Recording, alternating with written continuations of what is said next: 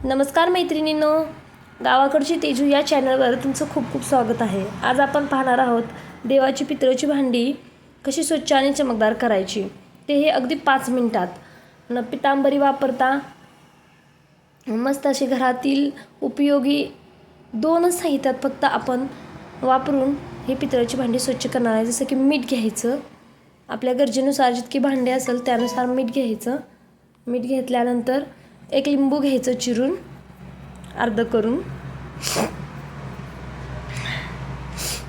अर्ध करून घेतल्यानंतर लिंबूची फोड मिठाला लावून घ्यायची, व्यवस्थित लावून घ्यायची आणि अशी स्वच्छ भांडी करायला सुरुवात करायची. बघा किती स्वच्छ आहे, अगदी 2 मिनिटातच होऊन जाते. आता माझे खूप दिवस झालं मी स्वच्छ केलेली, तरी आठवडा 15 दिवस झालं, त्यामुळे असे काळे काळे व्रण आलेले आहेत, पण ते अगदी 2च मिनिटात साफ होतात. ही पद्धत अगदी सोपी आणि स्वस्त, घरच्या घरी आणि भक्तिभाव जपणारी आहे.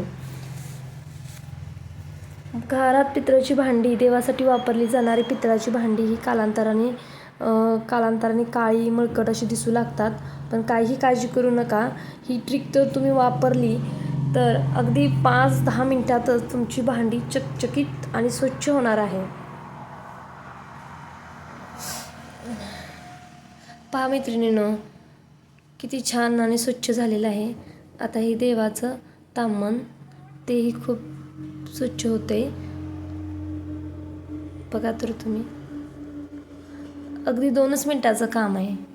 काय मैत्रिणींना खूप त्रास होत असतो की कधी घासायचं, कधी निघायचं हे काळं डाग. पण आता टेन्शन घ्यायची गरज नाही.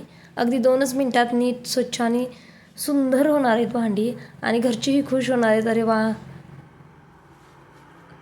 असं म्हणून. बघा आता किती स्वच्छ झालेली आहेत, अगदी नव्यासारखीच पण दिसू लागतात धुतल्यानंतर. जिथे जास्त काळे मळकट डाग आहेत ना, तिथं लिंबू आणि मीठ दोन्ही जास्त प्रमाणात घेऊन अगदी जास्त प्रमाणात चोळलं ना तर व्यवस्थित निघेल. बघा त्याचा परिणाम, मस्त स्वच्छ असं पितांबरीपेक्षा स्वच्छ निघाले. अगदी तुम्ही 2-3 दिवसालाही असं स्वच्छ करू शकता, कारण ह्याला जास्त काही साहित्य लागतच नाही. फक्त लिंबू आणि मीठ. लिंबू आणि मीठ तर जनरली सगळ्यांच्या घरी असतंच, काहीच अडचण नाही. तर बघा ह्याला काय म्हणतात, ह्या भांड्याला म्हणतात घंगाळ. हे देव धुण्यासाठी असतं. आमच्यात दररोज हे वापरण्यात असतं. हे तर जास्तच खराब झाले, पण बघा व्यवस्थित त्याच्या चिऱ्याबिऱ्यामध्ये सगळी बसलेली घाण व्यवस्थित अशी काढून घ्यायची. फक्त त्या जागी चोळायचं, जास्त प्रेस करून नाही चोळलं तरी चालतं, किंवा तुमची भांडी किती मळली आहे त्याच्यावर डिपेंड करतं ते कसं चोळायचं आहे ते. त्याच्यामुळे आंबटपणा असल्यामुळे त्या आम्ल पदार्थाने पितळाची भांडी व्यवस्थित निघतात. त्यासाठी तुम्ही पण ही ट्रिक यूज करून बघा. खूप युजफुल आहे आणि सोपीसुद्धा आहे. प्रत्येकाच्याच घरी ही पितळेची भांडी असतातच आणि आपल्याला जर स्वच्छ करावीच लागतात. बघा किती स्वच्छ झाले. आता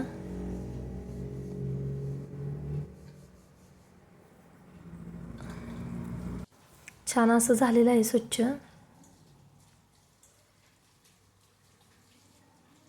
हा व्हिडिओ 5-6 मिनिटाचा आहे, तरी बघा ना 2च मिनिटात चकाचक करून होते. मग तुम्ही तर ही करू शकता. आता फक्त ते फुलपात्र राहिलेलं आहे देवाचं, ते आता स्वच्छ करून घेऊया आपण.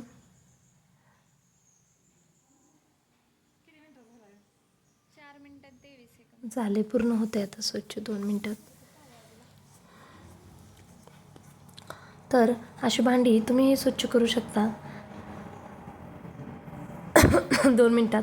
तुम्ही आणि देवसुद्धा स्वच्छ करू शकतात ज्याच्या त्याच्या इच्छेनुसार.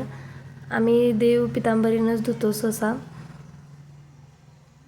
किंवा लिंबूमध्ये लिंबू, मीठ आणि त्यात दही मिसळून सुद्धा खूप स्वच्छ निघतात. थोडासा ब्रश घेऊन धुतलं तरी चालतं. पण देवासाठी वापरायचा असेल तर नवीनच ब्रश असा वापरावा, कारण जुना वापरूच नाही. बघा तर आता किती छान असं दिसतात, नव्यासारखे दिसतात. पूजेसाठी आता किती सुंदर दिसतात. देवाच्या वस्तू स्वच्छ ठेवणं हे फक्त घरकामच नाही तर एक ते भक्तीचं रूप आहे आणि ते प्रत्येक स्त्रीने करावंच. आता पुसून घ्यायचं व्यवस्थित, म्हणजे त्याचे पाण्याचे डाग राहणार नाहीत. जर पाण्याचे डाग राहिले नाहीत तर ते काळे व्रणसुद्धा त्यात उमटणार नाहीत. म्हणून व्यवस्थित असं सुती कापडाने ते पुसून घ्यायचं.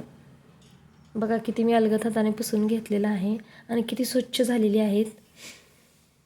खरं तर स्वच्छता केल्यावर स्वच्छतेनुसार सकारात्मक ऊर्जा घरात येते.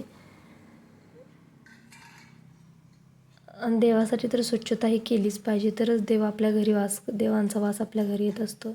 बघा तर तुम्हाला हा व्हिडिओ आवडला असेल तर नक्की शेअर करा, लाईक करा आणि माझ्या चॅनलला सबस्क्राईब करा आणि एकदा हे ट्राय करून नक्की पहा. धन्यवाद मैत्रिणी.